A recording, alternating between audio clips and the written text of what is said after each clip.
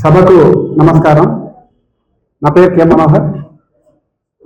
JNTU legend walkers అసోసియేషన్లో హొన్నూరప్ప గారితో పాటు నేను కూడా మెంబర్ని. ఆయన సమాచార హక్కు చట్టం కోసం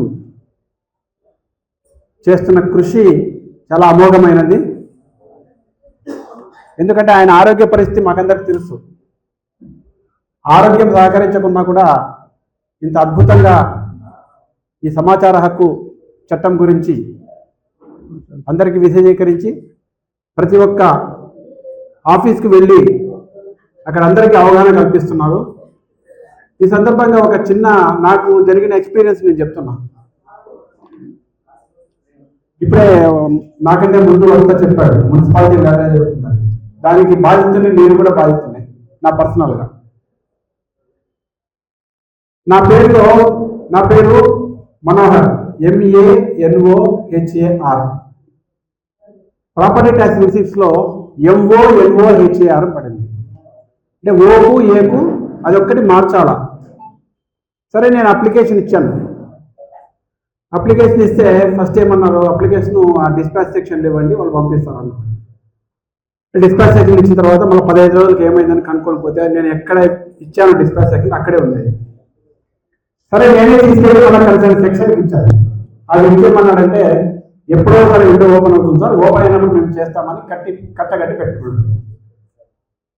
సరే, 3 నెలలకు పోతే ఇంకా ఓపెన్ కాలేదు విండో అన్నాడు. మళ్ళీ 6 నెలలకు పోతే ఇంకా విండో ఓపెన్ కాలేదంటే నేను డైలీ మధ్యాహ్నం 1 గంటకు సూపర్ స్పెషాలిటీ హాస్పిటల్లో అన్నదాన సేవ చేస్తుంటే చాలా వాలంటీర్కి వెళ్తాను.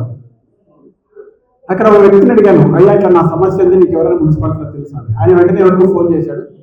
సార్, విండో ఓపెన్ 5 రోజులు అయింది, మీరు వెంటనే వెళ్తే పని అయిపోతుందని చెప్పారు. నేను వెంటనే పరిగెత్తాను. సాయంత్రం 5 గంటలకు రమ్మన్నాను. 5 గంటలకు వెళ్తే ఆయన తీసుకుని వెళ్తే ఆయనకు తెలుసా నీకు ప్రొసీజరు, దీన్ని అంతా అది చేయాలా, ఇది చేయాలా, అప్లోడ్ చేయాలా, డౌన్లోడ్ చేయాలా, ఏదో చెప్పాడు. సరే ఓకే, ఈరోజు పని అయిపోయింది సార్, రేపు రండి అన్నాడు. రేపు పోతే ఫస్ట్ మళ్ళీ ఏమన్నారు, దాన్ని తీసుకొని సచివాలయం పంపమన్నారు. సచివాలయంపై ఎండార్స్ చేయించుకొని వచ్చాను. మళ్ళా ఆర్ఐ దగ్గరికి వెళ్ళమన్నారు. ఆర్ఐ గారిని ఎట్లో పట్టుకొని ఆయన్ని ఎండార్స్ చేయించాను. తర్వాత డిఆర్ఓనో ఎవరో ఉంటారు వాళ్ళ పైన, ఆయన దగ్గరికి వెళ్ళమన్నారు. ఆయన దగ్గరికి వెళ్ళాను, చేయించాను. కమిషనర్ దగ్గరికి వెళ్ళమంటే లేదు కమిషనర్ గారు నేను చేస్తాను లేదు సార్ అన్నారు. ఈ ప్రాసెస్, ఈ ఎండార్స్మెంట్ చేయించేదానికే నాకు వారం పట్టింది. వాళ్ళు దొరకాలి కదా. సరే, అన్ని చేయించిన తర్వాత మళ్ళీ కట్టి పెట్టాను. మళ్ళీ అడిగినేమయ్యా ఎంతవరకు వచ్చిందంటే అది అప్లోడ్ చేయాలి సార్, కమిషనర్ లీవ్లో ఉన్నారు, వచ్చిన తర్వాత ఓకే.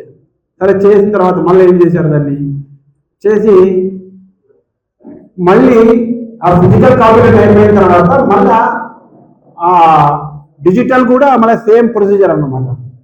ఇవన్నీ చేసి వాళ్ళు ఒక సచివాలయం పంపించారు, ఇంకో సచివాలయం పంపించారు. నా చేత కాలే. ఇంకా మన హొన్నూరప్ప గారికి చెప్పాను. చెప్తే సార్ మీరు అంటే నేను కమిషనర్ గారితో మాట్లాడతాను, ఆయన ఎప్పుడు ఉంటాడో కనుక్కోటి పోదామన్నాను. సరే చూద్దాం, మళ్ళీ ఒక ప్రయత్నం చేద్దామని లాస్ట్కు వాళ్ళకు ఒక బాణం వేశారు. అయ్యా సమాచార చట్టం వాడు కలిశాను నేను, ఇట్లా కావాలా అంటే సార్ అంత పని ఎందుకు లేదు సార్ చేస్తామని చెప్పేసి జస్ట్ 2 days అయిపోయింది. Only 2 days. ఏమన్నారు వాళ్ళు, ఈసీ తెచ్చుకోండి సార్ అన్నారు. ఈసీకి 800 అవుతుంది అని అంటే వాళ్ళు ఏం చెప్పలేదు, ఈసీ తెచ్చుకోండి అన్నారు. అరే ఈసీ అంటే ఓకే, తెచ్చాను నేను. 800 రూపీస్ ఖర్చు పెట్టి అక్కడ తెచ్చాను. ఎప్పుడైతే సమాచార హక్కు గురించి చెప్పానో నేను, వాళ్ళు ఇంకేం మాట్లాడాల, వెంటనే ఇచ్చారు.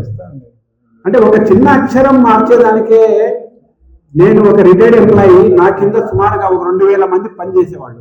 నేను సర్వీస్ ఉన్నప్పుడు నా కింద 2000 మంది పనిచేసేవాళ్ళు.